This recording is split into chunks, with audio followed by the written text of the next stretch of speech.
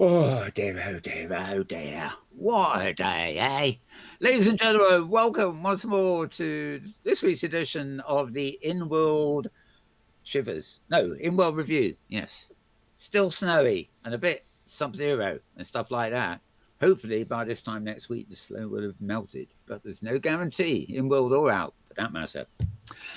Okay, this is the Inworld Review. My name is Mal Burns and I'm the host.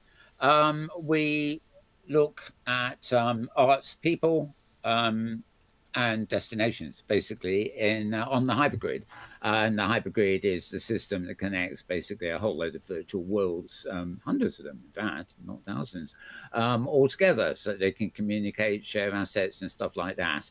And the only requirement really is that all the worlds are actually authored on one of the variations of the Open Simulator platform engine, as it were. So, great sort of fun. If you don't know what we're talking about, think of something like Second Life. It's this is not a walled garden, but otherwise it's a bit similar. A bit similar. So, in the studio with me today, let's dive in. On my right hand side, the indispensable right hand man known as James Atloud. Welcome, James. Well, thank you, Mal, and I'm looking forward to the end of our Christmas set. It's quite nice, but I'll be ready A for bit a warmer environment the next time we get together. I know it's a bit overwhelming, isn't it? Yeah, yeah. Okay, well, I take it you're happy with all your knobs, and you've got some comfortable seats available. Should All you need knobs to be? accounted for, present Yeah, and accounted for. Yep. very good, very good. And on my left side, my wonderful co-host Tosha Tyran. Hi, Tosh. Well, hi, Mel. I second James' motion. I want some warmer weather. Yeah, I agree. Mind you, we might as well tell our viewers that at least you have a new companion who's warm to cuddle up with. I take Oh. it. Yes, I do, Yeah, indeed. But and his name is odd. Is it Teeny? no, tiny. Tiny. Yeah, I know very well. Tiny with an I and then tiny because he's tiny. Yeah, and it's spelled Tini actually, but Yeah, yeah, it's yeah. funny. Yeah, I could tell it must be But fairly small because your first photo said "spot the dog," and it was I couldn't see anymore. I couldn't see yeah, all I could see was the blanket.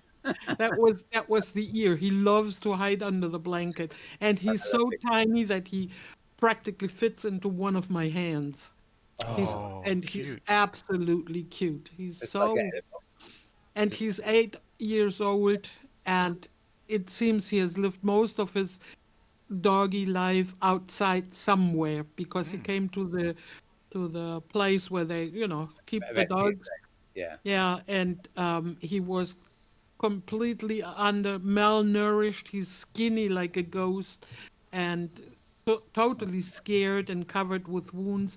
But now he looks great already, and he is here now yeah. 2 days, and he already jumps up under my bed at night. Oh, Oh, very good. nice. So it's not Yeah. that scared. It's yeah. No, no, no, no. All it takes is a few moments of love and it's away.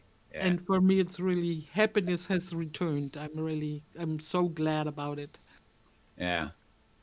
I could use a furry animal to curl up with. I have to make do with fleece in this weather, but I used to call the fleeces my cat costume because they feel like cat fur. Oh, Right. okay. Anyway, on to the winter which exists here.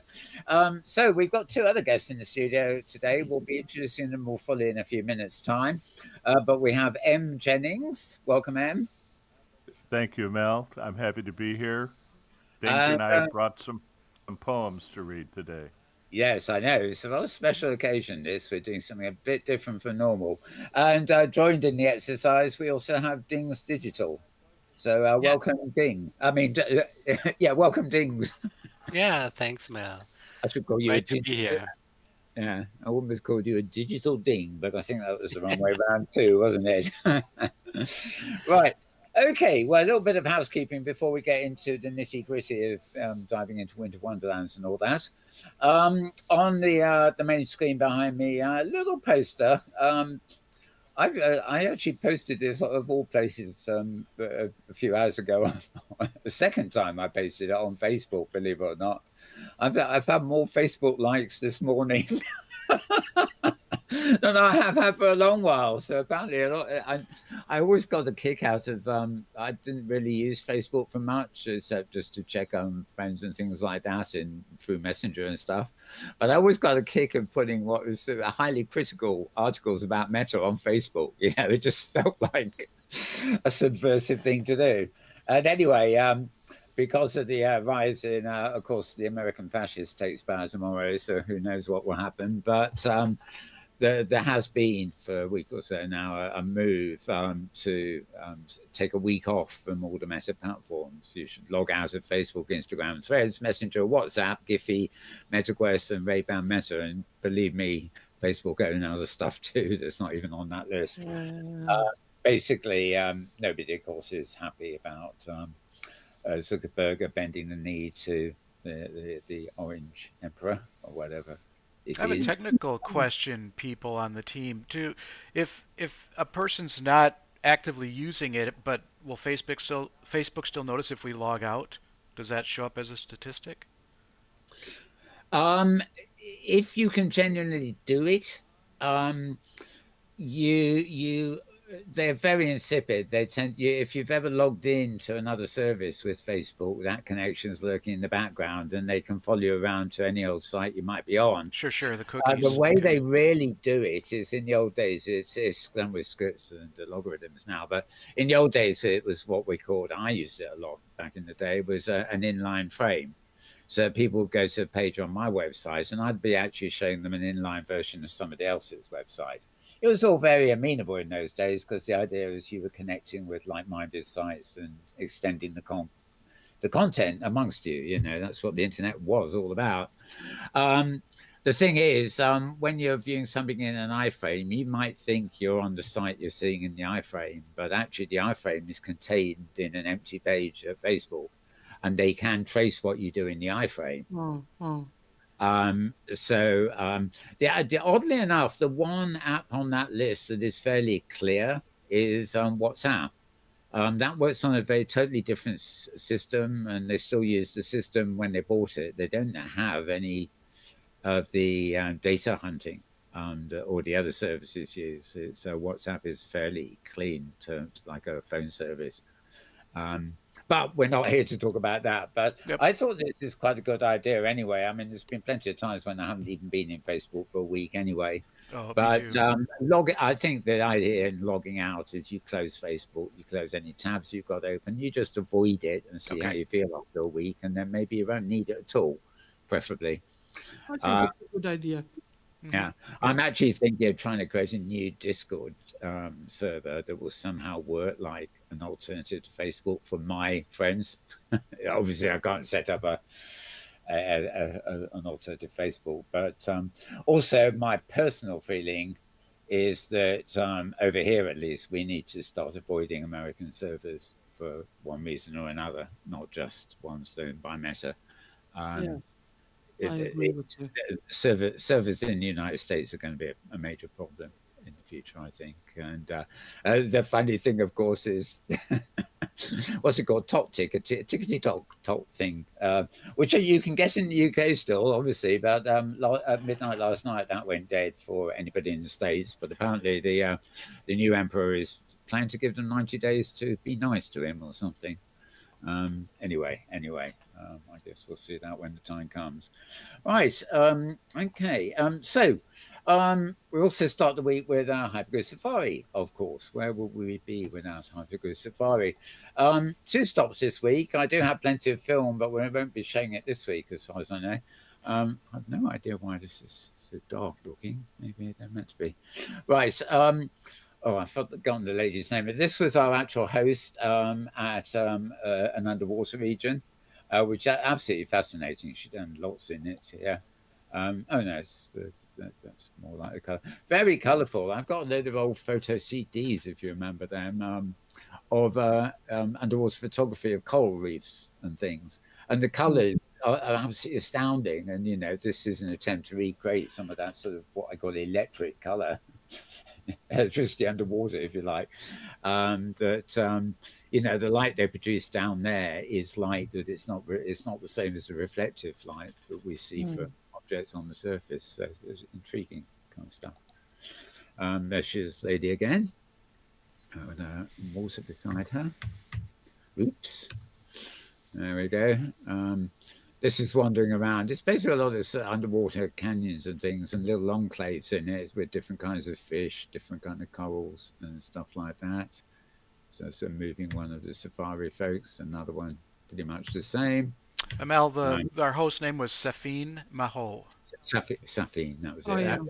Yeah.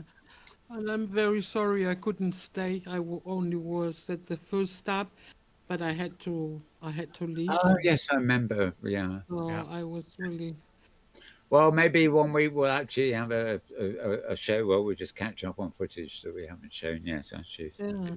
It's an amazing region, and it's so vast. I've got a little parcel in Second Life that I've put underwater, and it was great inspiration for me. I love seeing the design and the layout. And again, some of these builds can be so dense that they're hard to get through, but this was open and airy and still felt really lush. I really enjoyed it.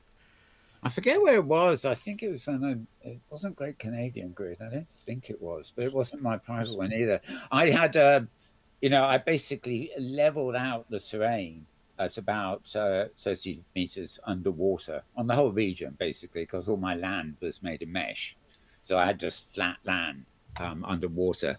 And I built a whole terrain sort of system on top of it, but it didn't interfere with underground. So I had a vast underground bit where I've sort of put some old ruins, which she's done here, in fact, and fishes and just sharks and whales and all sorts of things that you might find underwater or stuff having sunk historically.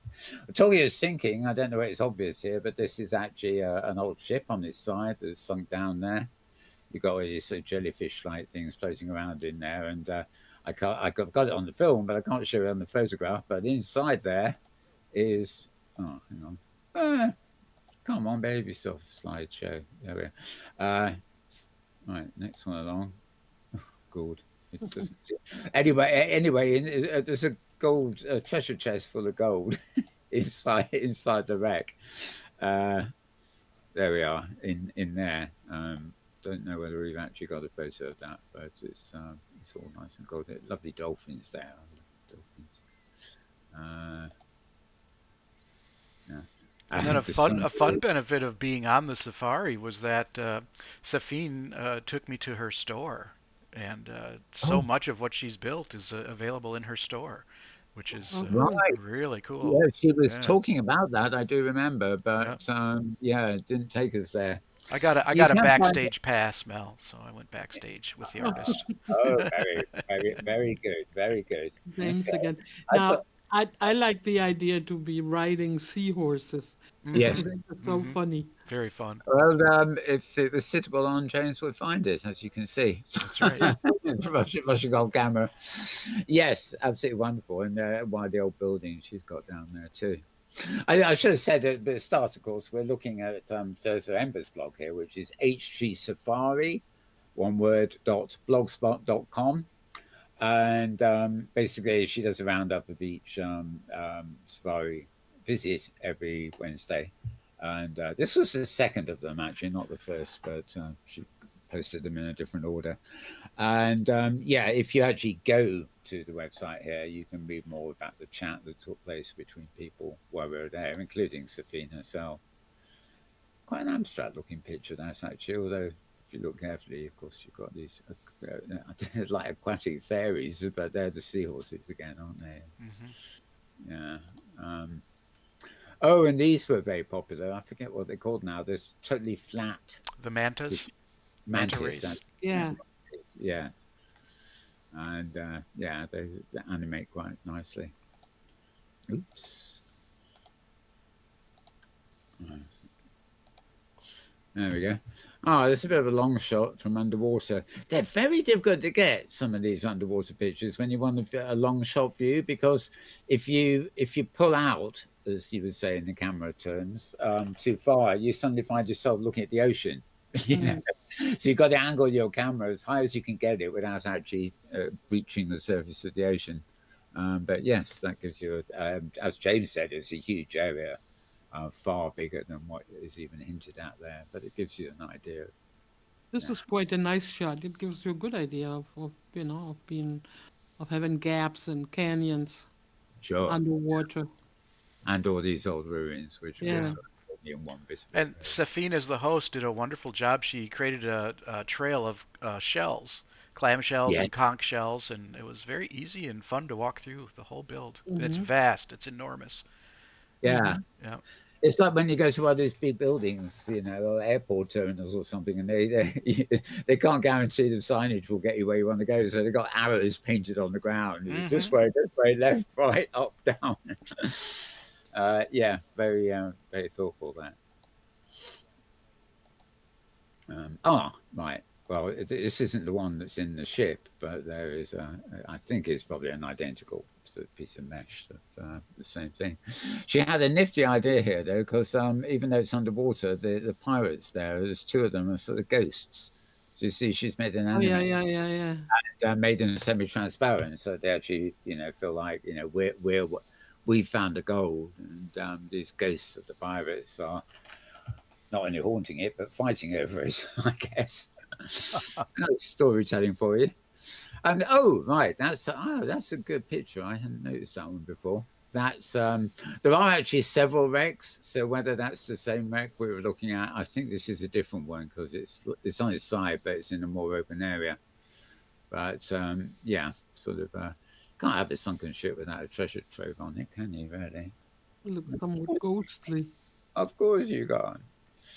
Right, well, the first stop, as opposed to the second stop, was Atlas Island. And here we go again with these pictures. That was, I guess, yes, that was where we landed. I immediately started filming. To the left of those stairs, you see, there's a bit that goes through, and that's where the safari got led to in the end. I started moving up the stairs as a few points of view of filming. This, I guess, was our host. Yes, that's Dorina. Dorina, yes, of course. Yes. Yeah, okay. How could I forget that? Right. I'm terrible. I'm not only terrible with names, but I can't recognize people from their avatars unless they're really, unless they're people I really see a lot in the same avatar. Right, another crowd of people there. Not quite sure who's who. Anachron. Anachron. Mm-hmm. Oh, right. Anachron Ray. Yeah. Yeah. Anachron Young. Oh, who was right. also I think he's also a builder there, right? Yes. Yeah. Right. Yeah. Okay. Yeah. Well, not a builder. Dorina said that Anachron Yeah. built the whole region single-handedly. Oh, so to speak. I didn't catch that. Oh, wow. Mm-hmm. Yeah. Excellent stuff. Now I was getting confused with Anachron Ray, who of course was the okay. guy who did that Scottish poem, which the one based on the movie and the old poem, and I've forgotten it already. Oh dear, I'm getting senile in old age. I can't come on. I can't come on these shows and comment on stuff I've forgotten within the space of 2 days. bad form. Right, I like the globe there in the sky. Yeah, this is a long shot. Again, of bits of the region. Very curious sort of things they got. You can probably see them in the top center there. That's sort of off sim a little bit. And it's sort of a treehouse complex, at the top of a tree. Yeah, there's a lot of stuff like that. But there was also quite a mix of stuff here, so it didn't all have the same flavor. Oh, yeah, that was right. Okay. So, yeah, this is... Well, I think from where we were standing outside, we entered a tunnel, and then there was an undergroundy bit, entrance to an underground bit on the right. If I got it, I think that's how it worked anyway. A cave of some sort. Yeah. There were so many details on that region. It was very lovely made, but there 1 hour was really not enough. And then with a crowd, that because on some doors you could only pass 3 people at a time, and then you had to wait. It was really a lot, but a lovely, lovely region and highly recommendable for the visits. Yeah, I agree. Yeah, it's so much work on it. I did actually take a spot on the throne there. I forget somebody else is on it there. And I'm sure you found it, James, didn't you? You must have taken I sat at the little secretary table alongside. I was scribing notes for the king. Oh, well, I suppose you've got to look industrious at times, haven't you? Yep, yep. Fair enough. Fair enough. All right. Oh, she's well wrapped up. There's no snow And there. But there might as well be. What's Right. that? What's that, M? can I ask a question about the trip you took? Yeah. Yeah, sure. Please. I think I missed the introduction. Was it on Friends Grid? Oh, good. Oh, yes. Well, one of them was. Okay. This is Dorina's World. Dorina's Oh, World. okay. Dorina's World is And not. the, Yeah, and yeah, the Friends underwater. is the other one. Yes. Yeah, the Friends Grid, I think, was the underwater one. Okay. I remember Thank you. I had the addresses on my clipboard here, but that was last week. I've replaced them with this week's announcement now. So should have kept them for reference, but there I go.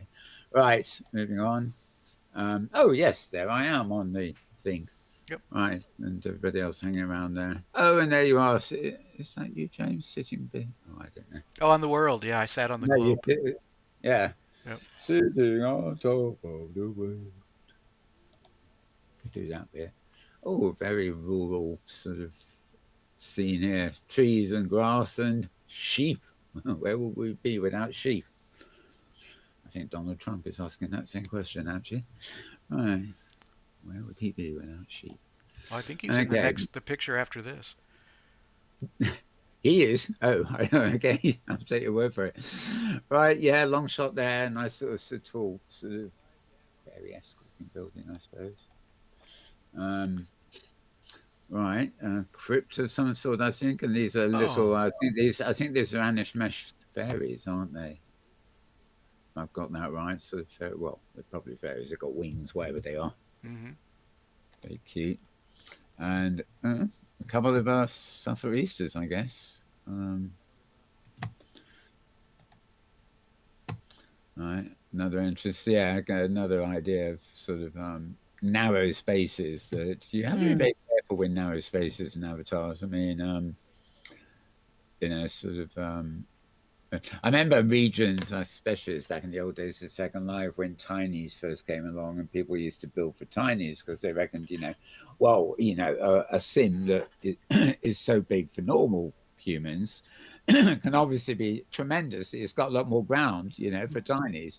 But of course, you've got to bear in mind that some people arrive to have a look around and they're not tinies, and they really don't want to load a tiny avatar just to get through a door, But the geometry is a slight problem in both Second Life and OpenSim, I think.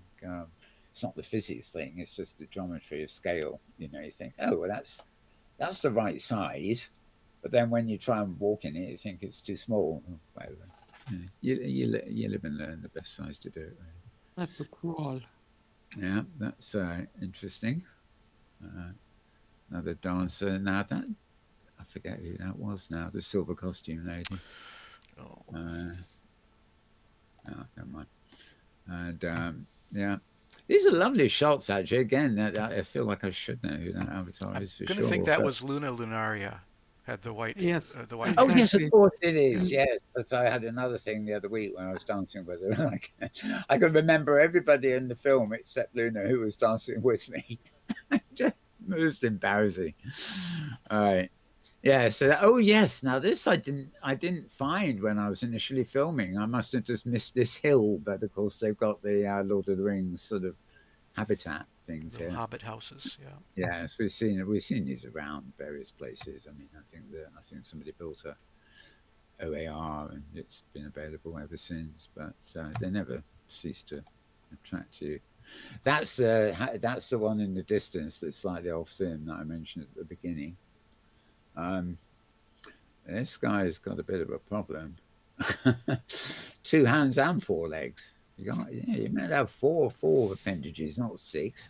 I don't know. I don't understand these strange people who centaurs. Yeah. Okay. Oh, yeah, that's what they're called. Yeah. Doesn't mean I understand them. Ugly sons of what's his. Never mind. I'm joking. I better shut up. I'll find a centaur fan here next.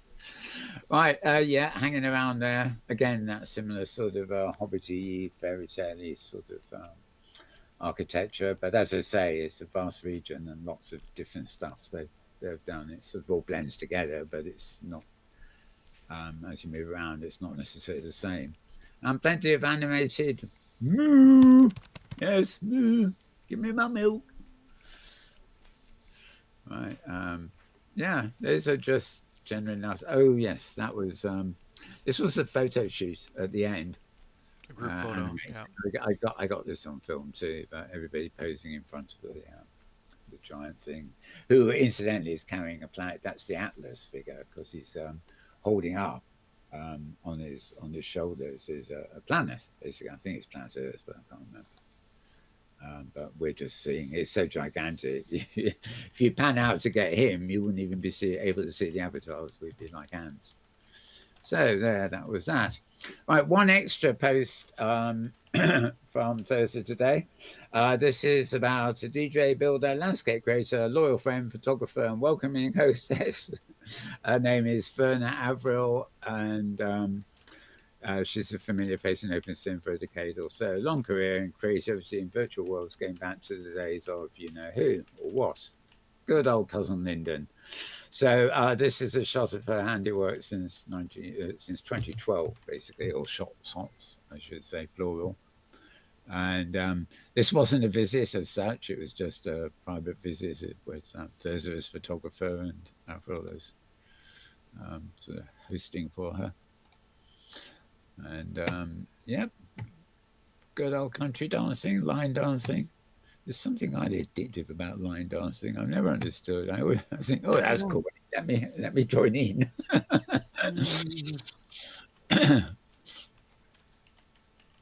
Looks like they're on their escort too. I missed that. Oops. Oh, there we are. A bit of animation there. Oh yes. Look at them moves. Amazing what you can do with a GIF, isn't it? And more moves. Oh, that's you can tell that's plaster or something. There we are. No nudity, no child. Oh, it's a place for the rule book. They shouldn't have rule books in virtual worlds. That's beginning to sound a bit like a Trumponian agenda. That looks like a backdrop rather than a photograph, but it is actually a photograph taken at the side. And yeah, that's quite nice. And this gives you this is totally weird, actually. You probably know of the surrealistic painter McGree, you know, who would have a doorway that looks through to a different world. Well, if you look carefully, you see what's been done with the lighting here. As you look into that shed, what you see on the other side is daylight, whereas it's dusk or something where the shed is. And the sun, the shadows. It's odd. Yeah, it's a little bit. You at first, and then you think, hang on. So that's done rather cleverly, actually. It makes a good, interesting image. And oh, that's the last. Okay, one more post. Now, this is actually Sosa sent me this morning. It's her other blog, or our other blog, I should say, which is the HIE OpenSim blog. So the address for this is HIE OpenSim, or one word. That's HIEOPENSIM.blogspot.com. And we've already shown some videos of getting a booth and setting up and stuff. But this is her first post, basically, today on setting up the expo. And a few pictures. All seems very familiar to me, of course, but people haven't been there. This is now on the Safari grid, where HIE has its own, massive VAR region, rather separate regions, and that's the stage. And probably recognise the seating here. Not too much at the moment. This is this will be this year's legend because the Kura 3D Worlds or something. This is the first rezzed booth of the year. Oh, okay. Right. So when you come across that one, back when there are, later when there are hundreds to look around, you can come across that one and think, I remember that. It was the first rezzed booth of the year. Rather like that. Okay, aerial shot here. This shows a bit like previous ones, but remember this isn't 4 regions anymore. This is it's a VAR file which is even bigger than that. The amount, the actual ground here is a good 4 regions, and or equivalent, I should say. and the mountains around. You've got an arrival area at one edge that you make your way through.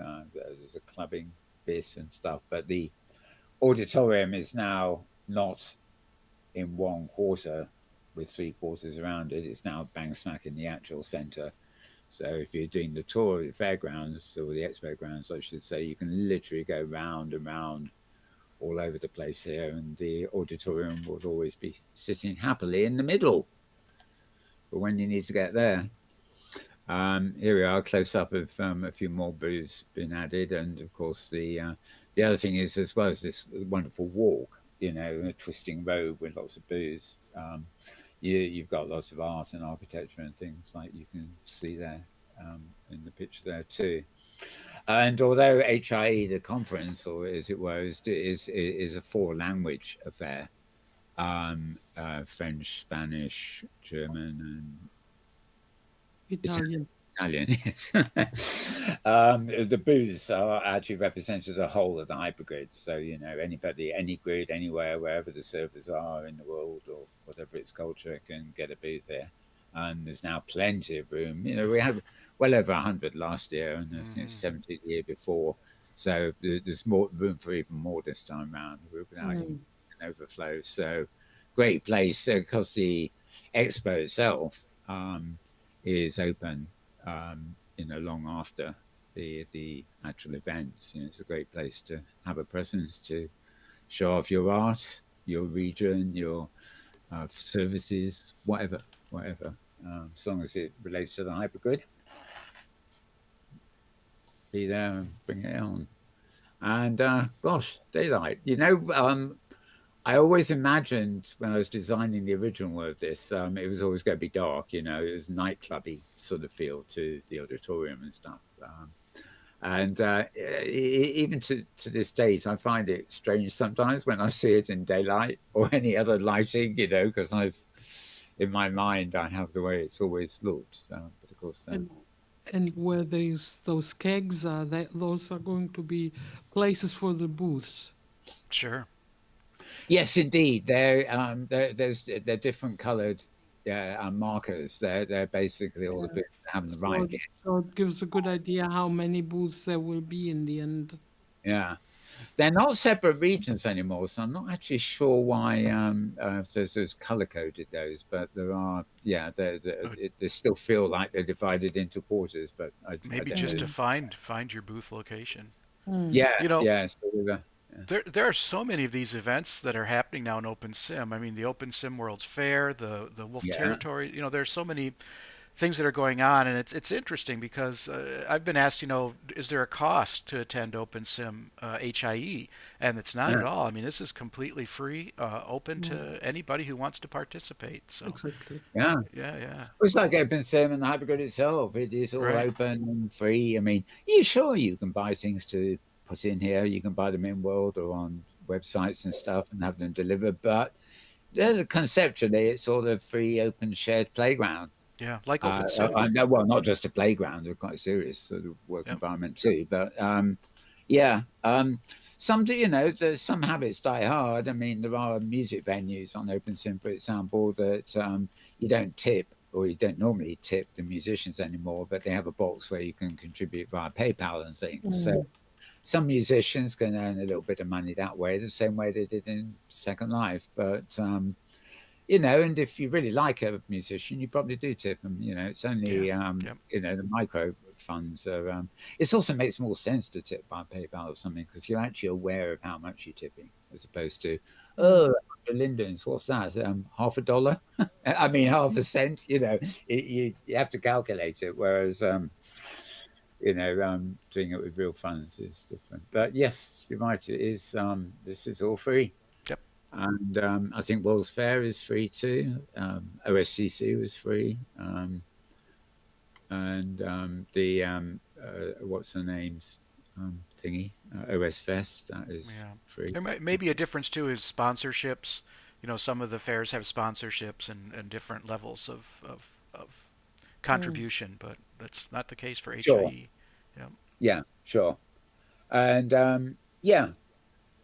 mean, technically, if a different model would have us charging, $20 for each booth Yikes. for the Right. advertising, but we don't know. It's all free, and it's a level playing field too. It's like the web used to be. I mean, you didn't know whether it's $1 million corporation or a personal website in a bedroom originally. Everybody had equal standing. Before they found ways to network and monopolize and take over and everything. And that spirit is alive and well in OpenSim, that's for sure. Sort of I don't know, take a booth advertising Wolf Territories Grid, for example, which is a big one, quite recently big, but big all the same. And then another booth advertising somebody's blues club on some of your sim you never heard of, but you will do because of the booth. They have equal standing here. The only difference is some are on the left side of the road and some are on the right side of the road, and that in itself means nothing because it depends on the direction you're walking. So no politics to that either. Okay, so you can check that out, as I said, hieopensim.blogspot.com. And that's the first post of this year, in fact. There are previous posts there telling you more about it and the history. And there's also video there, which James, James and Petlove basically together, but mostly Petlove put together, showing how to get a booth and whatever. And that's the English version. There's a video telling you how to participate and everything. And it's in it's in 6 different languages, including English. So including Chinese. And including Chinese, yes. That took me by surprise. But, me too. Yeah, I mean, technically, if somebody else do it, they're welcome to do a version in any language they choose. Yeah. And anybody who's interested in going to HIE and having a booth should probably get theirs turned in pretty quickly. I think the deadline for those is coming up at the end of the month, isn't it? Or early in February sometime? You will actually, let me just cheat a minute. I don't really know, but I'll just cheat here. And I've seen 2 different dates for it. But I just got my booth yesterday, so. Oh, right. You're right. It should be a basic version of the booth landing point. Yeah, you can pick it up at the landing point or contact us. Yes, she doesn't actually mention any deadline there. Well, I know that. I think that's. Did you find something? I've seen a couple different dates, but it's coming up pretty soon anyway. Oh. Yeah, she needs to have them back. 4th to the 6th of April is the actual event. So I mean, we need the booths need to be a month or 6 weeks before. So that's you're talking about at least the beginning of March, probably quite a bit earlier than that. We will find out. We'll bring that news to you as it arrives. It's there's somewhere already, but that we can wait for another day because we're going to get a bit chilly again because, as I said, it's this is probably the end of the snowy winter. It's going to melt in the end, although actually in both the real world and virtual world, we really don't have much of an idea at the moment. But it's getting a bit overwhelming, so we need something a little bit warmer. Even if it's a log stage with a wooden fire in it or something, just to keep the edge off. But for now, we're still in our winter wonderland, so to speak. And before I forget, because it is relevant to Safari, of course, we do, of course, have the Hypergrid Safari on Wednesday at noon Pacific time, which is sort of 8 p.m. in the UK, 9 p.m. mostly in Central Europe, and whatever time, wherever. We use noon Pacific for convention reasons, but what the hell. And this week's destinations will be the first one we're going to be visiting. I love this woman, Tana Wells. We're going to explore her new sim, Domadan, which she told me is going to be several months away yet, because I wanted her to come on the show here and talk about it. And it's inspired by Hogwarts Legacy. We learn about the fun and challenges of creating wizardry in OpenSim. And destination 2 is New Life, Italy, which is actually the first visit. It's the first visit to New Life, Italy. Sorry, not the first visit of the Safari. We explore Paris, and the owner, Anna Marie Maggie, with an I, welcomes us. Nadia Ray, who together with Max built the sim, will be there to tell us all about it. So that's all coming up on Wednesday at noon Pacific time. And we meet on, I think it's just gridsafari.org. Yeah, I put it on the lower third, Mel. Very good, because I'm not quite sure what the port number is. Yeah, I think it's the one with a different port number. 58,002. Yes, just to be awkward. Ask Thursday, don't ask me. Right, okay, so that's what's happening this week, which is all exciting too. Right, so, oops. I'm in the wrong place. Sorry, round up. This is more like it. Okay. This one is from Second Life. I'm not quite sure what's going on here, but they seem to be creating a bit of a party out of the new dictator. Mere hours to go to kiss this guy's ass before you're forced to do so. I think I've had enough of it already. Who wouldn't? But of course, it is all change as of tomorrow. Apparently, this year he's a bit scared of being out in the rain and cold, so he's going indoors for his little what they call it, inauguration or whatever. But maybe the roof will fall on him and it will be okay. Who knows? There's always hope. Might bring TikTok back. Nobody actually seems to know where he stands on these things, but certainly the systems in place in the good old USA are authoritarian, to say the least now. The moment he takes, expect a week full of thousands of people being evicted from the territory, and I don't know whether he'll manage to even do it. A lot of it's all talk, isn't it, really? I'm going to leave these to another week. A new one from Karim Hozan, Space Tumble, along with a pirate story. And this is nice. It's just this is actually an AI thing from Evo. Some of you may know Evo. She's not actually an open sim that much. She has her own thing. That's really just entertainment. So I'm going to get to where we need to be.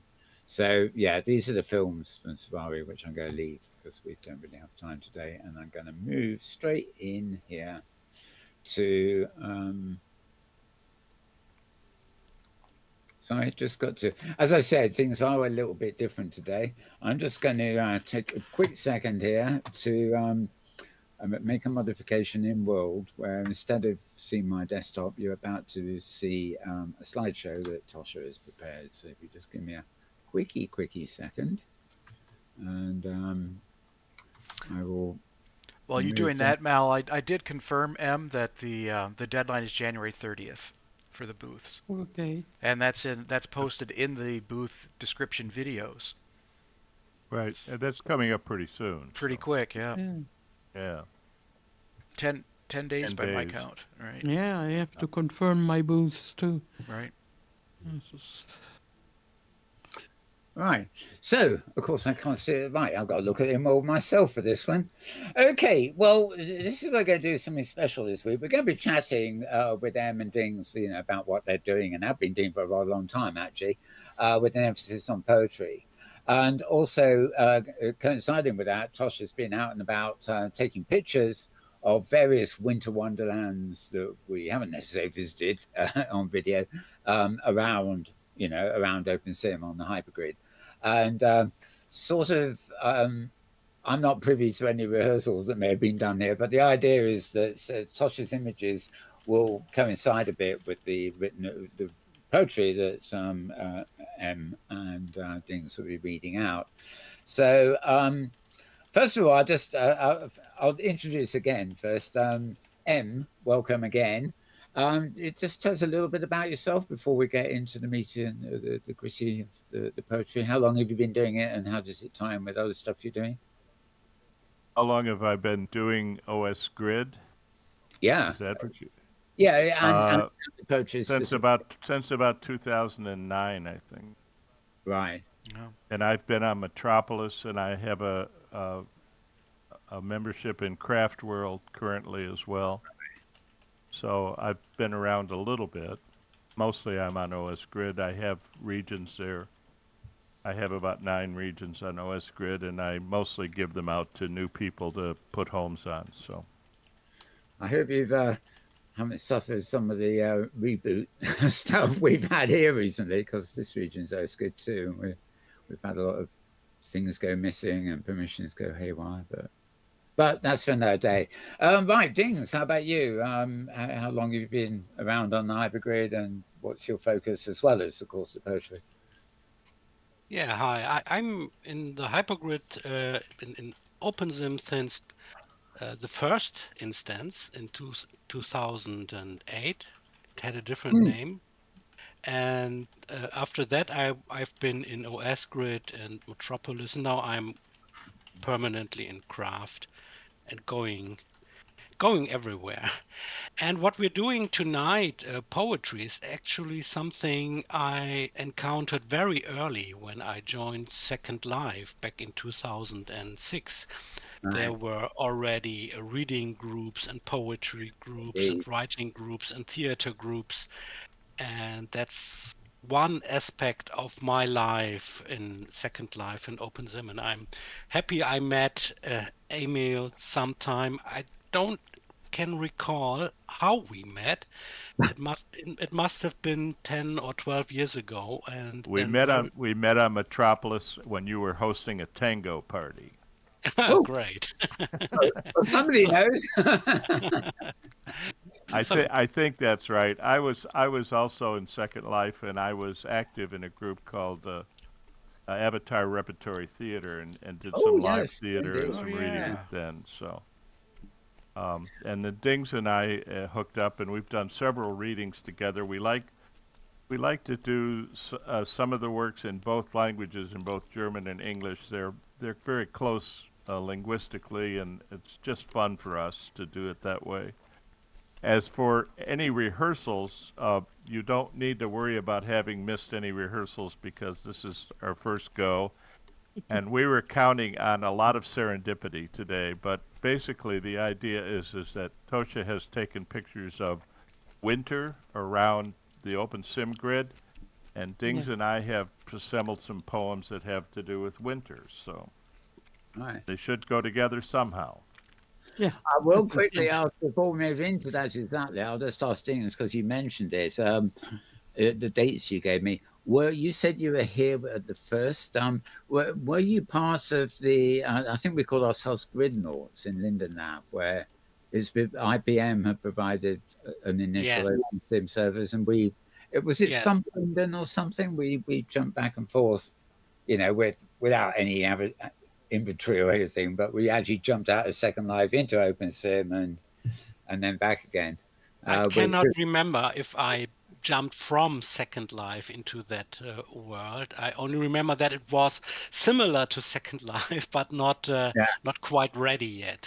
yeah. But fun, but fun. We had great art exhibitions and parties and so on. Yeah, they were actually IBM servers with the original version, I guess, of I think it was called the browser was called Hippo or something, which was a name the Second Yeah, Life and the Hippo OpenSim had in browser. common. But some Linden's group was you teleported out of Second Life into without assets and stuff into an early version of OpenSim, and then you could get back, but you couldn't do it the other way. You couldn't log into an OpenSim and then teleport to Second Life. It was Mm. a one way trip with a bounce back. Right, But I that was remember that. yeah, it was quite interesting though, because some people think the earliest thing was well, IBM servers were first, but then the proper OpenSim regions was OS Grid and a few others. And I remember friends like mine, like Tish Shoes and people, had early regions here that she wrote about, and one big experiment. And it was all very bare and whatever, but the potential was there. And of course, now, arguably, it's better than Second Life in some ways, not all, but some ways. Anyway, back to winter. Back to winter. Now, if it's okay with you, Tosha, I'm going to let you sort of take over the pushing the slides forward as we go. Okay, I will. In fact, I'll maybe leave it to you to prompt M and Dings in the order you want them, or you probably know better than me what we're going to do. So I have no idea what they are going to do, so I will listen to them and just try to keep up with them. And we will Okay. have a conversation. There is an old trick, as long as you don't say it in the middle of a poem, is next slide, please. Yeah, right. Once upon a time, there was a little elf. No, they cannot do that because they don't know the next slide either. So there's been no rehearsal for anybody here. Well, and tonight. I have to tell you, that would be valuable for the camera person, because if I'm looking at this couch, I'm not going to see the slides. So it's good to have a cue that the slide is changed. But how don't can I request cue that. you without jumping into the poetry and don't do the know. reading? I think I can. can you see one in the inset If you view? need. Nope, because this is the way it's set up. I don't have an inset. Oh, of course, right, of course. It's objects in world. It's all in world, right? Okay. Dings and I could prompt for the next slide. Yeah, Yeah. that would be nice, I think. I might even interrupt saying, "Now here's a nice picture or something," but it depends. I don't want to interrupt the whole thing of the poetry, So we'll play it by ear, and You will be the next slide. yeah, we will be forgiven if it goes a bit haywire, but I think we can safely. Who wants to go first, GM or Dings? I'm going to go first with a poem by Linda Paston. The poems that I'm going to be reading were taken from the Poetry Foundation.org site, and there's a wonderful collection of winter poems there. Poetry Foundation is the web presence for Poetry Magazine, which is one of the oldest magazines for poetry in English anywhere. And this one is... Yeah, okay. Yes. Well, I'll let you go. Yes. And I'll rely on Tosha to change the pictures as you go. Okay, I will. Yeah. Okay. I think it's safe to say that if we switch from the couch picture, can we go back and forward, or just forward? Just forward. Unfortunately, it will reboot the whole thing. That last picture was better, but we'll go with this one. All right. Ready? Well, On we have 3. more. Carry on. Yeah. Blizzard by Linda Paston. The snow has forgotten how to stop. It falls stuttering at the glass, a silk windsock of snow, blowing under the porch light, tangling trees, which bend like old women, snarled in their own knitting. Snow drifts up to the step, over the doorsill, a pointilless blur, the wedding of form and motion, shaping itself to the wish of any object it touches. Chairs become laps of snow. The moon could be breaking apart and falling over the eaves, over the roof, a white bear shaking its paw at the window, splitting the hive of winter, snow stinging the air. I pull a comforter of snow up to my chin and tumble to sleep as the whole alphabet of silence falls out of the sky. Very good. Alphabet of silence. Love that line. Isn't that nice? Yeah, that's what poetry will give you, those little moments, Yeah, Right. Yeah. when the phrase is just right. Yeah. Dings and I are now going to read a few poems that are going to be in both German and English, and we're going to start with one we'll begin with the English version. It's a famous poem by Robert Frost called Stopping by Woods on a Snowy Evening. Oh, all right. It's about one of those moments, again, like poetry often is, and this is a contemplative moment where the person stops. Yeah. Whose woods these are, I think I know. His house is in the village, though. You will not see me stopping here to watch his woods fill up with snow. My little horse must think it queer to stop without a farmhouse near, between the woods and frozen lake. the darkest evening of the year. He gives his harness bells a shake to ask if there is some mistake. The only other sound's a sweep of easy wind and downy flake. The woods are lovely, dark, and deep, but I have promises to keep and miles to go before I sleep. And miles to go before I sleep. How beautiful that is. Really. Mm. Those are very famous lines, and it's one of the most famous poems. Very beautiful poem. It's so famous that in that German poetry lovers even like the the English original, because it's always difficult to understand poetry in a different language. Oh, yes. Um, but it's fun if you try. And it's very difficult to translate poetry from English to German or from German to English, but it's very fun.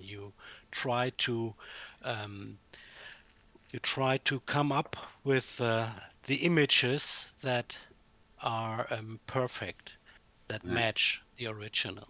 So I would read in German now, and this is a translation. I think that's very good. Obviously, I think German readers and speakers will understand better, but maybe you will get a bit of the sound and the atmosphere that And is. I think Tosha may be able to help translate at the end as well, give us an impression of it. Yeah. Okay. Oh, yeah. Okay, so it's the same poem by Robert Frost in German, Rast am Wald an einem verschneiten Abend.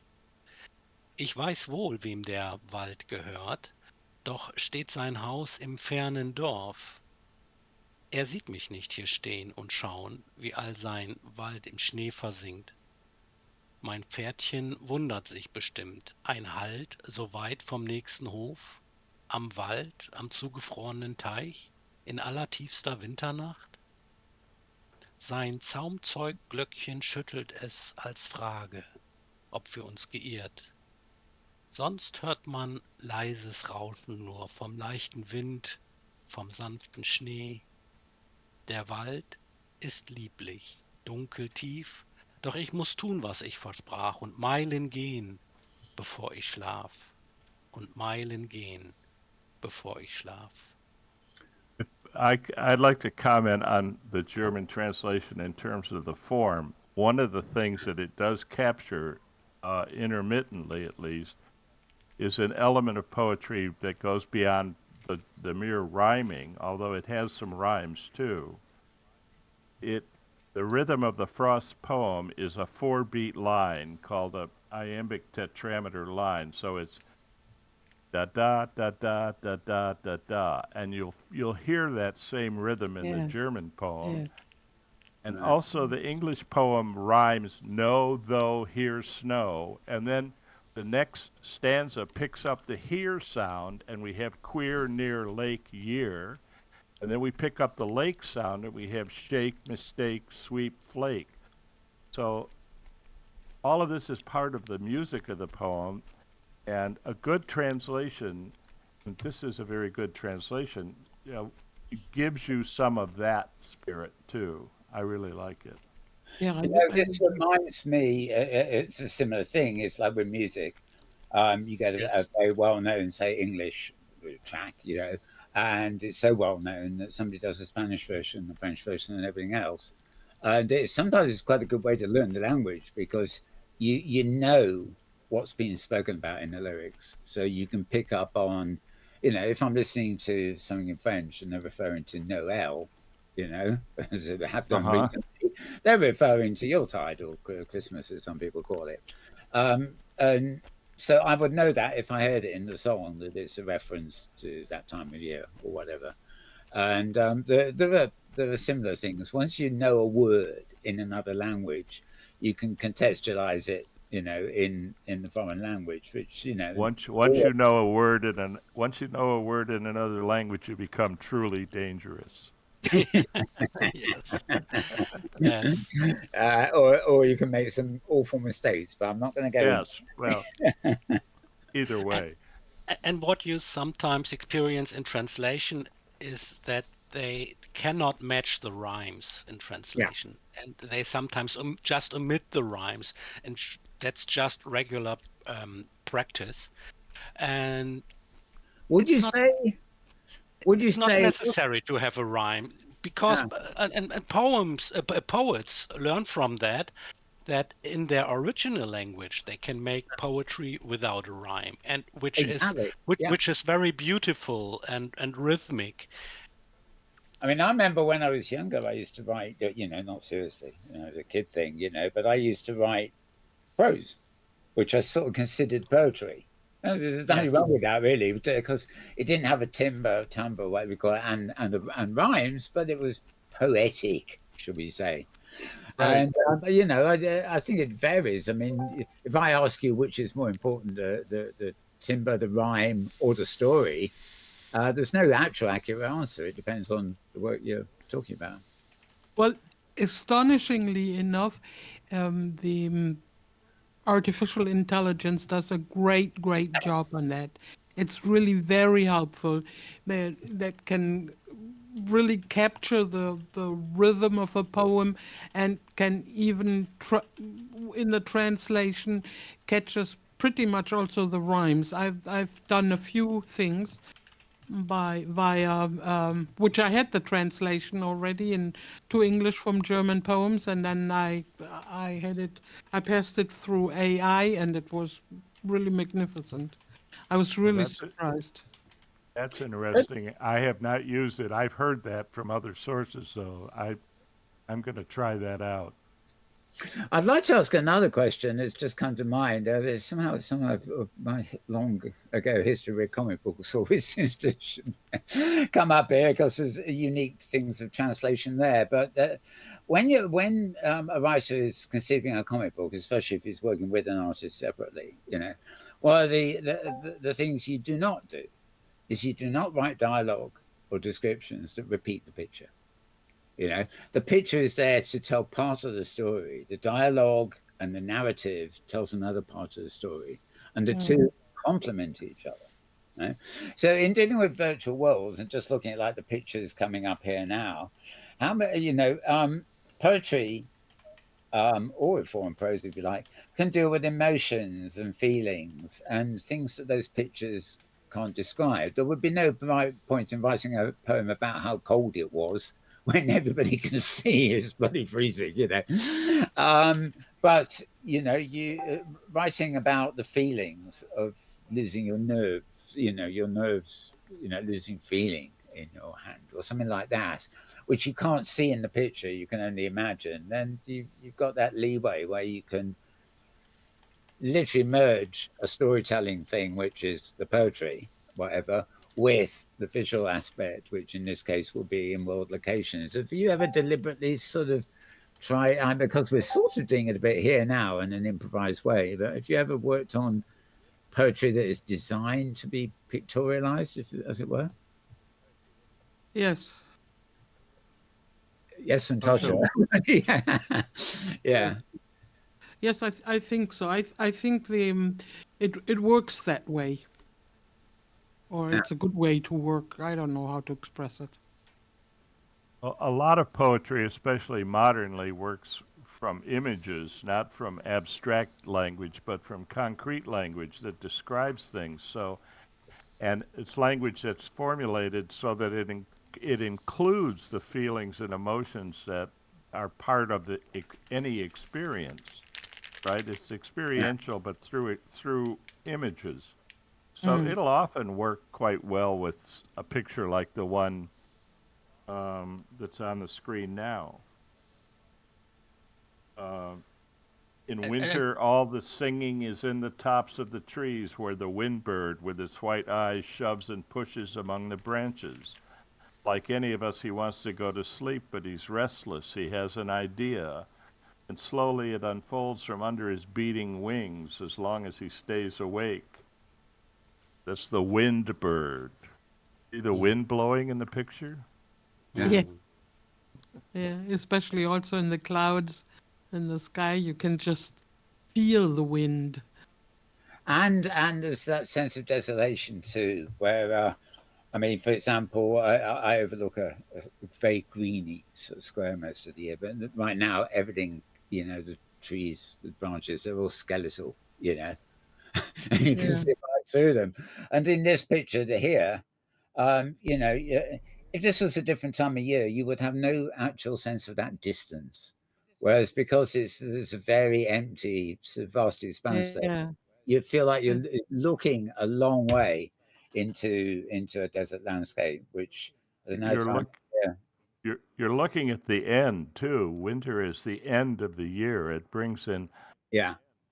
a feeling of loneliness, but also the feeling of your own mortality and your own vulnerability, and how isolated we all are in some ways. I knew there was a Stopping by. reason. I knew there was a reason for the way I'm feeling right now. Yes, very true. That's the Seasonal. interesting Yes. thing about winter poetry. It often thinks and speaks about the cycle of life and the cycle of Mm. things. Somehow, some things end. Somehow, there will be a new beginning. Somehow, the situation is just holding on, and so on. Yeah, winter is a subject where you think about those things. Yeah, it's like Dings, uh, do you happen to have a poem like that? Yeah, our Uh, Hesse poem, You I happen think. to have brought a poem that's like Uh, that? I have a poem brought with us. Wunderbar. Do we want to read this now? Yeah, I I think will Yes. this. change this picture, which I don't like so much. This one is much Okay, better. great. So, Emil, that is the Hermann Hesse poem, No Rest. It's the last one in our file. Yes, I have it. Okay, this is one of my favorite poems since when I was a teenager, and it does not mention winter explicitly, but it talks about how things evolve, how things are new and then they die, and then there is peace, and then things break up again. There's a revolution and new things appear.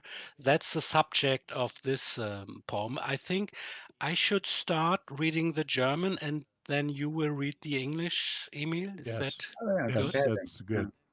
Okay, so I think this is one of the famous poems from Hermann Hesse.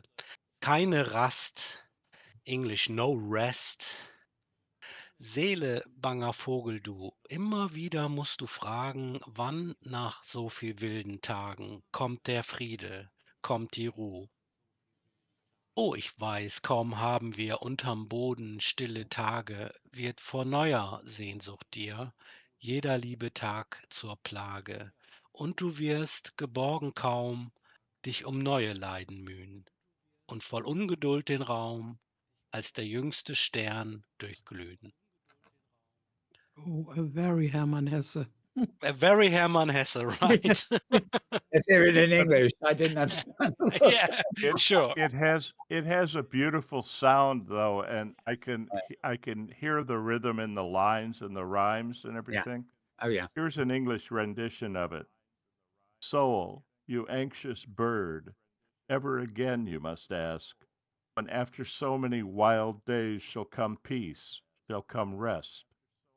Oh, I know when we have just buried some quiet days, new yearning turns every single day into torment for you, and only just made secure, you shall labor over new sufferings, and full of impatience, glow through the universe as the youngest star. Uh, So that's the potential of winter. Mm, Maybe after that we will be newborn stars. yeah, well, yes, that is the the excuse me. advent of, sorry, I was just going to say the advent of spring is a Uh, well, whole. that is the essence of winter. That keeps everything subdued, everything enclosed, so everything frozen and stiff and immobile. But it carries in itself the hope of a new beginning.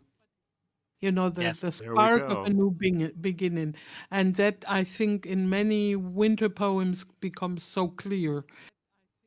That I, Remind is me what we to, we were this, talking about this at the beginning, our longing for warmer days and yes, yeah. brighter days. yes. Talking of these things actually reminds me, and if you've read, you probably have actually, it's Brian Altus's Heliconia Winter, Heliconia Spring, Heliconia Summer. Do you know those? No. No, okay, they're science No. fiction books, but basically, there's observers from Earth, go through multiple generations in their own right, but they're examining a planet where winter lasts for a couple of centuries, and the whole spring takes place in a matter of centuries. It's not, so your whole civilization's rise and fall, and then it repeats itself. Spring comes after winter, and each time there's a rebirth, the model of civilization that is grown out of it changes, and that's reflected on the way that humans, studying it themselves change. It's just rather fascinating, but that transition between seasons is a major part of that, sort of because the world. I have a poem here about the transition called Late February, Right. So Oh, nice. and it's by a Nebraska poet named Ted Kuzer, who's kind of a favorite of mine. And it has a really macabre image at the very end. Late February.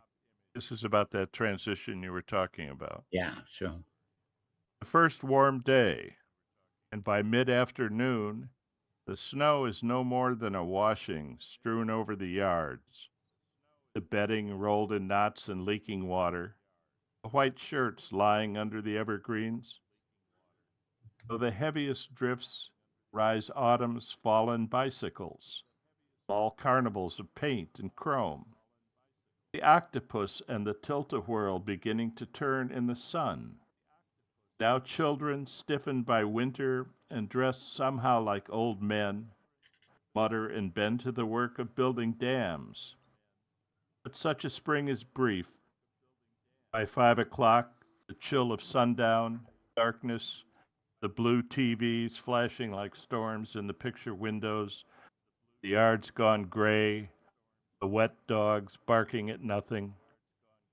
Far off across the cornfields, staked for streets and sewers, the body of a farmer, missing since fall, will show up in his garden tomorrow, as unexpected as a tulip.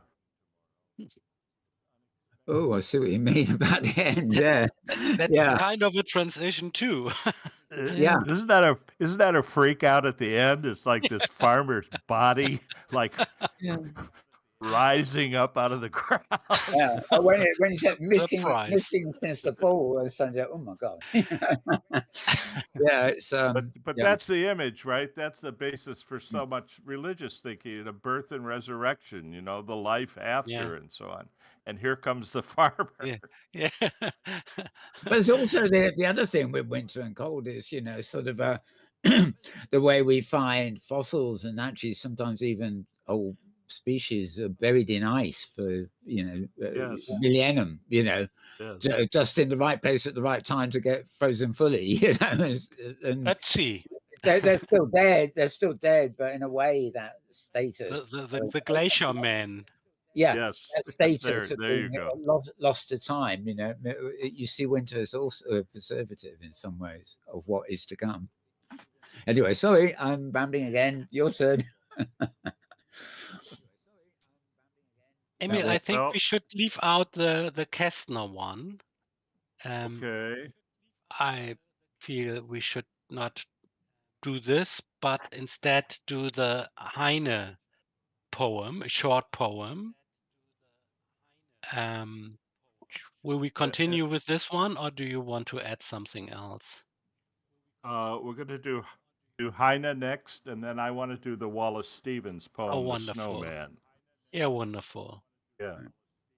Okay, so the next one is from the German poet Heinrich Heine from the 19th century, who actually was who was a very progressive German poet, and he loved the English culture and the French culture. He lived for a long time in Paris because he was not allowed to publish anymore in Germany in the 19th century. He was one of the romantic poets, but one very special romantic poet, which has a very strong feeling for irony and for humor. And maybe this next poem gives it away a bit. Mm. It's about longing. It's about being in winter and dreaming of being somewhere else. And it's about romance. It's Right. about a pine tree. It's a poem about a pine tree. Oh, okay. I start with the German. Ein Fichtenbaum steht einsam im Norden auf kahler Höh, ihn schläfert mit weißer Decke, umhüllen ihn Eis und Schnee. Er träumt von einer Palme, die fern im Morgenland einsam und schweigend trauert auf brennender Felsenwand. That was the Pine. German. A pine is standing lonely in the north on a bare plateau. He sleeps. A bright white blanket enshrouds him in ice and snow. He's dreaming of a palm tree far away in the eastern land, lonely and silently mourning on a sunburnt, rocky strand. It is so beautiful. I love Heine. He just touches my heart with practically everything he writes. He does. Mm. And this one is so funny because the one is longing for being somewhere else, and the one who is there at somewhere else Yeah, is longing to be to somewhere be else back. too. Yeah, it's like there was a very cool movie many years ago about some Polish refugees to Germany, and but the movie is called Everything. No, Everywhere It Is Better Where We Are Not. So Nice. Always, always, right? yeah, yeah, Classic line. Yeah. very Wh- beautiful. Thank you. I think instead of the Stevens poem, I'm going to read one by Gail Mazur called Ice. It's about the kinds of memories that we form during the winter season, especially if we're involved with families and children and so on. I think it's a beautiful poem in many ways. Mhm. It's about being out in the city park and going skating and playing hockey and things like that. In the warming house, children lace their skates, bending, choked over their thick jackets. A Franklin stove keeps the place so cozy it's hard to imagine why anyone would leave, plumping across the frozen beach to the river. December is always the same at Ware's Cove. The first sheer ice, black, then white, and deep until the city sends trucks of men with wooden barriers to put up the boys' hockey rink. An hour of skating after school, of trying wobbly figure eights.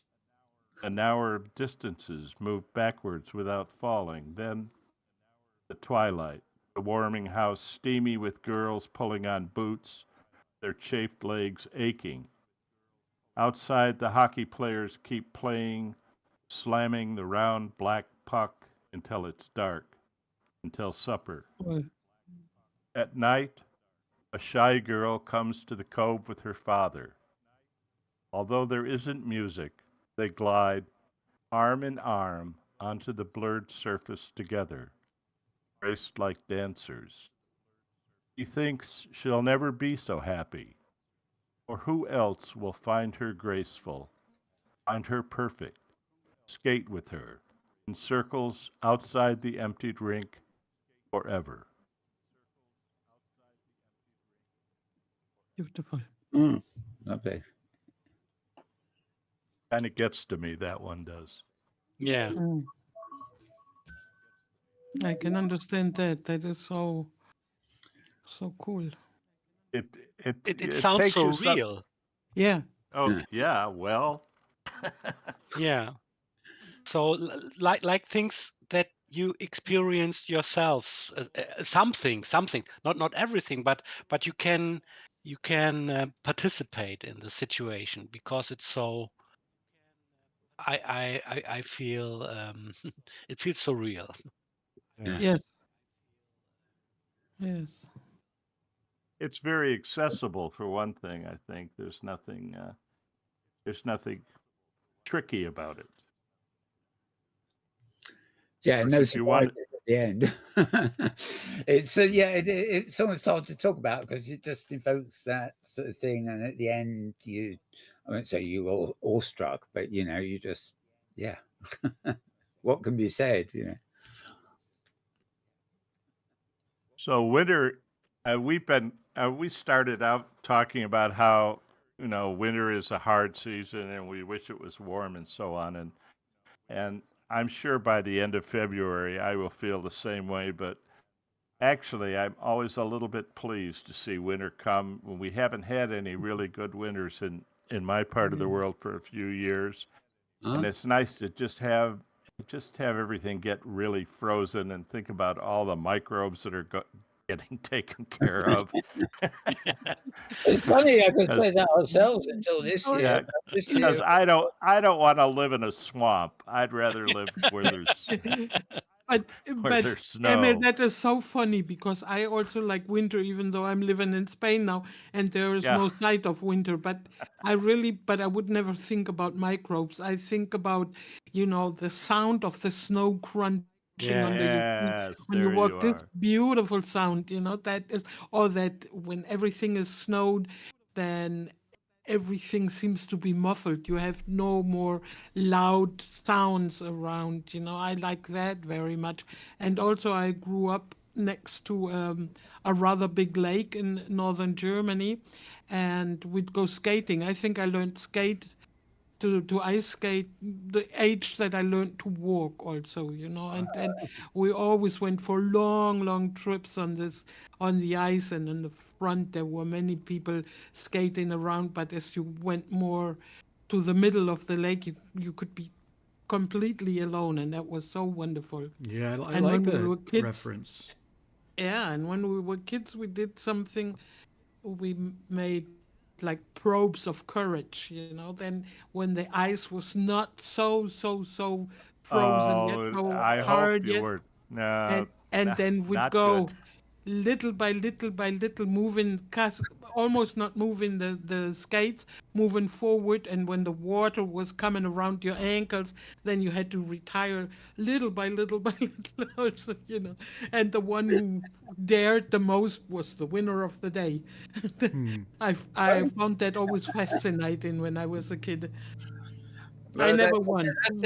that's as I'm walking in a minefield. The same thing. Yeah, yeah, yeah.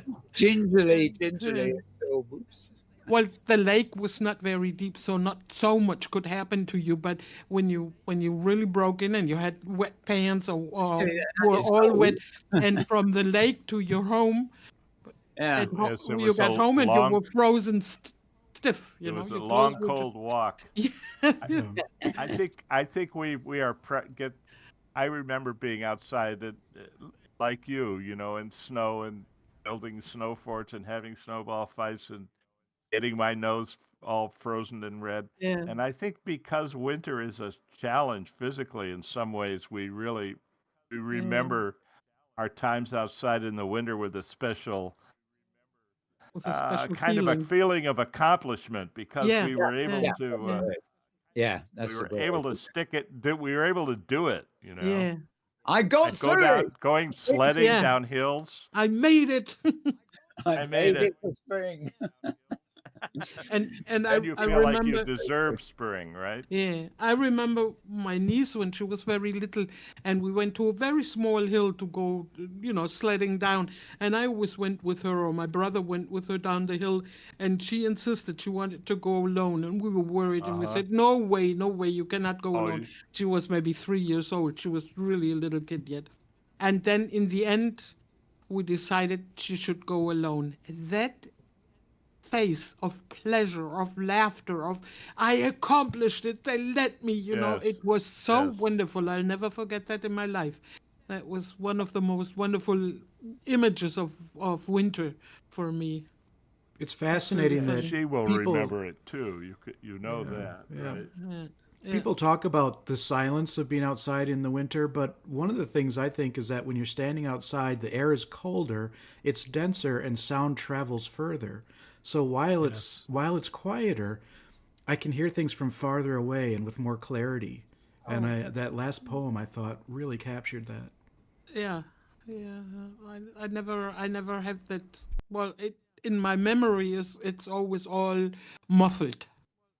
Everything Here, when there is snow. I wonder if here's it'd be a interesting experiment. I don't know what the effect would be, but like you go up into a wild place like a canyon, and you shout because you hear the echo. There's nowhere else you can hear an echo like that. And I wonder how that difference, what a difference temperature makes to that. If you're in Oh, a snow-covered canyon in the winter, whether you get the same effect as you do when it's sandy Yeah. summer. Well, keep in mind probably. that whales and marine mammals can hear for miles underwater Yeah. because Oh, of yeah, the that's density. true. Right. Oh, yeah, that's true. But when you scream something into a snowed canyon, it probably calls back to you. Shut up and go back to sleep and leave me alone. I'm That's in my funny. winter sleep. That's right.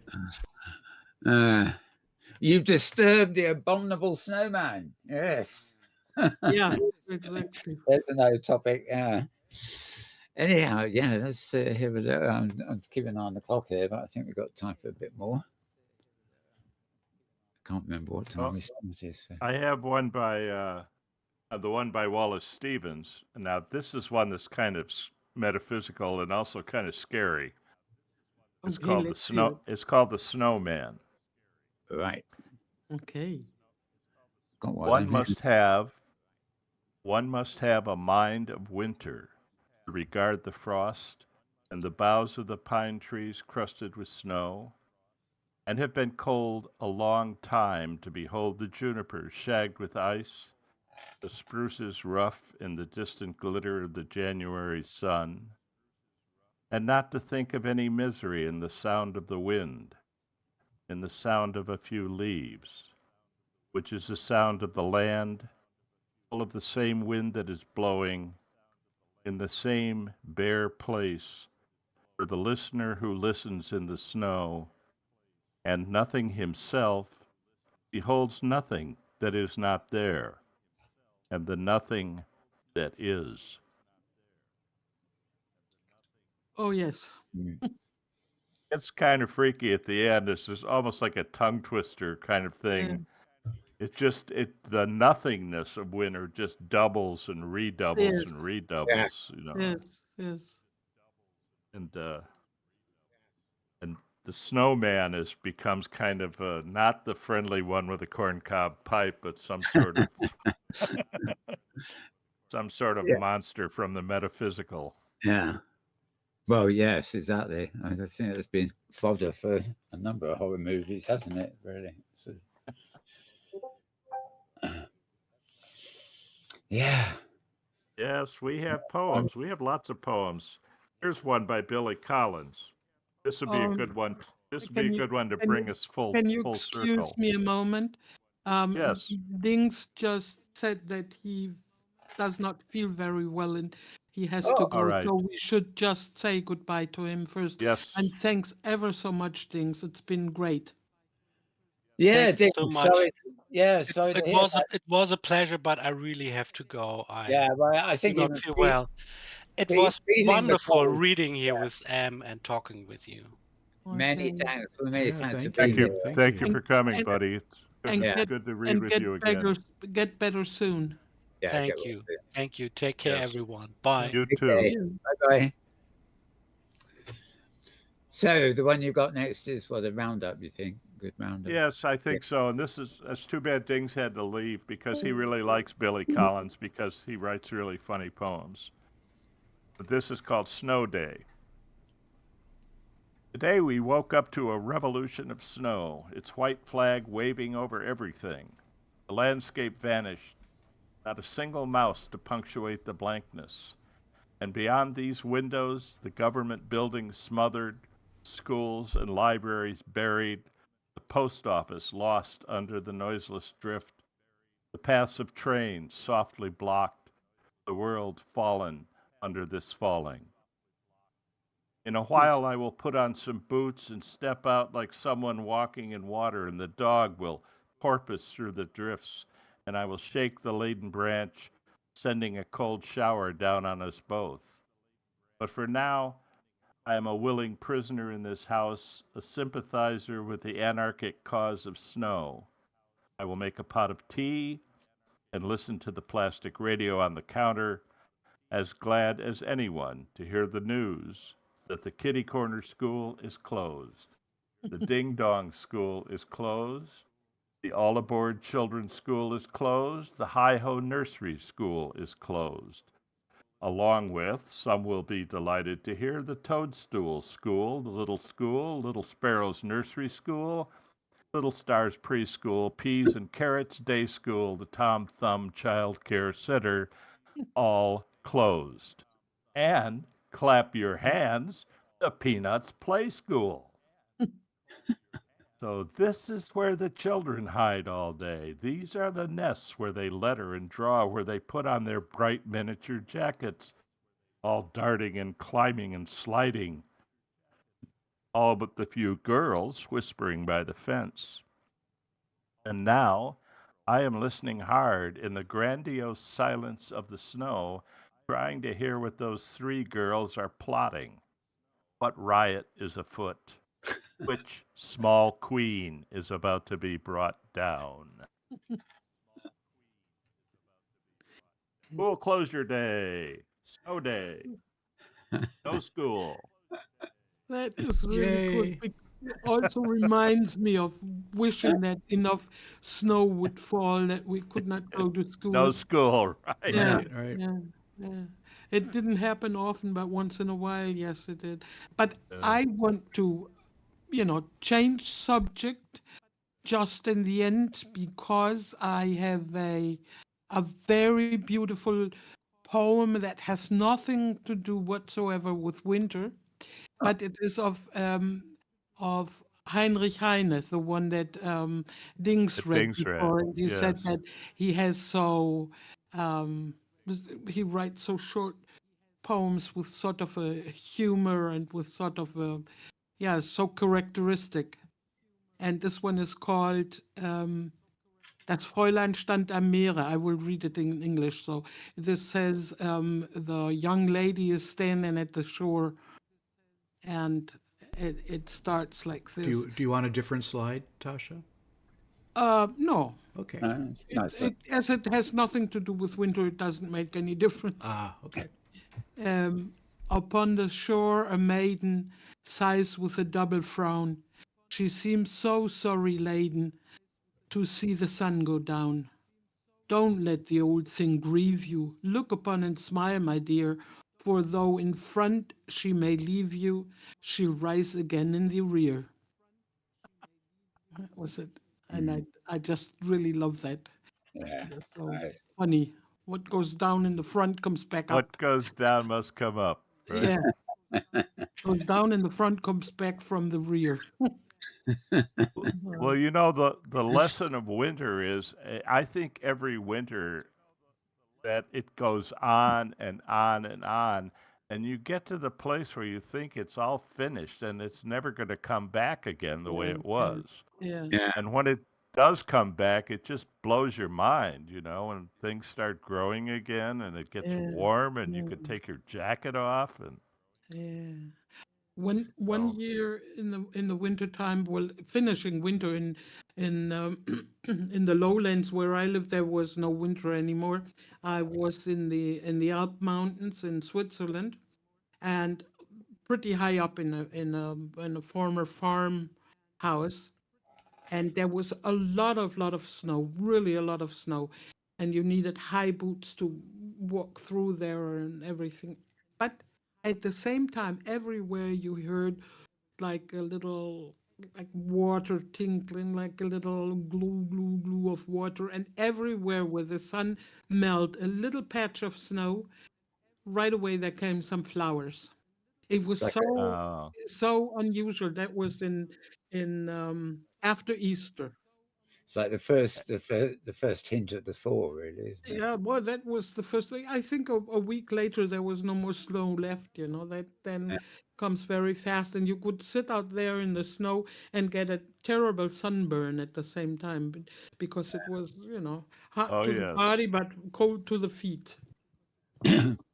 And I must say, I like watching the transition out just outside the window, actually, because in winter there were no leaves on the trees, and there's lots Yeah, of trees.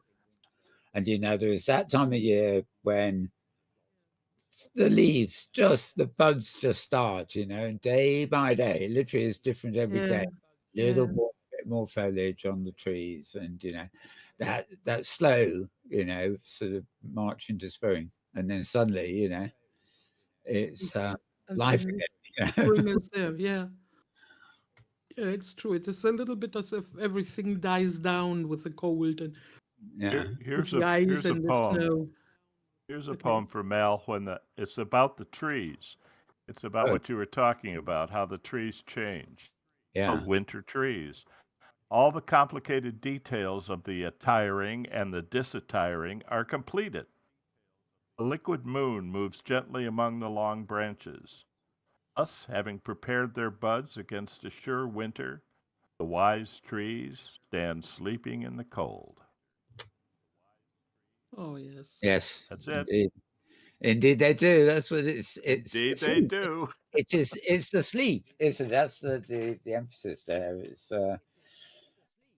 It's not the death knell for everything. It's yeah, for trees especially, it's the sleep. And well, snow and the cold, protects us in a way, not us ourselves, but it freezes the seeds of life and stuff like that, Yeah. so they're ready to Yeah. appear, when the cold goes.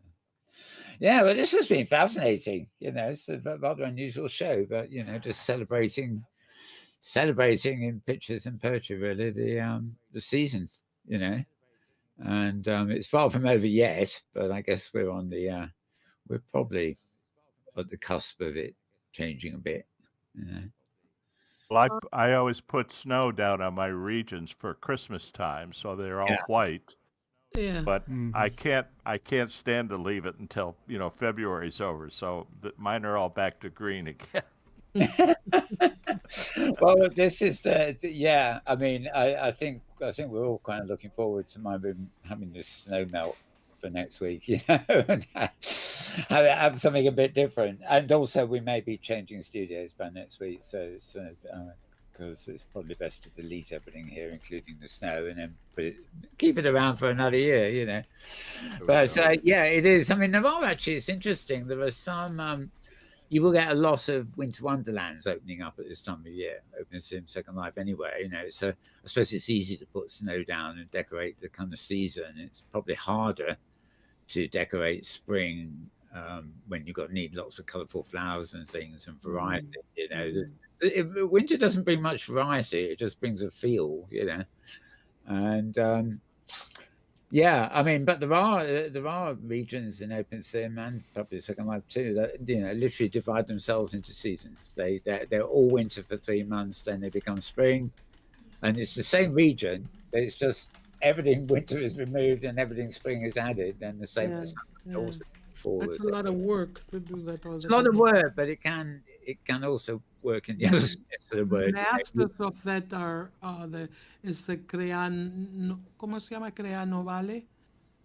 That region of By Kelso and Dabici. Kelso and Dabici. Yep. They Oh, have cool. a Canadian region that is so cool. It's so You good. go there in springtime and it's all green and flowery.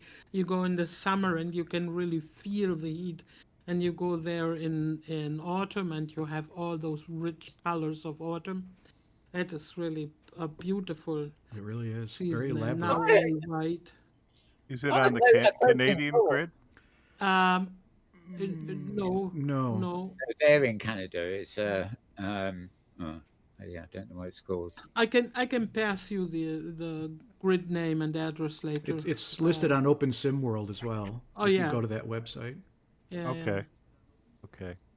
It's, I That's a know good we've been resource. I know we've been focused on winter, and there's no reason the answer to this isn't winter too. But I'm quite curious, M, and also us too. What do we think our favourite season is? We're not okay. going to all I say know winter. mine. Oh, tell me. Yeah. I'm a fall person. I like the Ah, fall. right. Yep. Yeah. Okay. Yeah, I like fall too. It's my favorite region. I was going to say the same thing. So Yes. Yep. Yes. I like fall. yeah, Oh, it's maybe something about it. Maybe it's the premonition of winter that is all part of fall. no, it's the Color. it's all It's the the colors Sound. and Yep. the sound and the smell. Yeah. Wow, that kind of Yes. mossy, kind of moory smell, muddy. That I like very much. And here where I live now in fall, the air seems to be so clear like glass. It's a wonderful season here, even though you don't have so pronounced seasons like, for example, in Germany or in Chicago or I don't know where. But you just fall. You can still go swimming, and well, if you're a little courageous, anyways. And it's just a beautiful season. I really like it. Also here, my favorite season. Well, I'm looking here now. We've got a little chimpanzee who keeps rolling in the snow. There's a cat under there somewhere. There Yes. it is. It's really funny. I mean, the other thing, I mean, people And watch there's a monkey in there too. cat videos watch all the while, but seeing these darling little kittens, that just go running out the door. Thank you, They've James. never seen snow before, and they don't know what it is, and they do one jump and where they gone? They're falling into a giant hole and seeing them try to get out of it. That's challenging.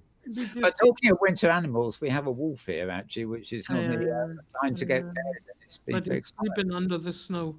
Did you did Yeah. you see, Emil, that James posted you the address of the Canadian region?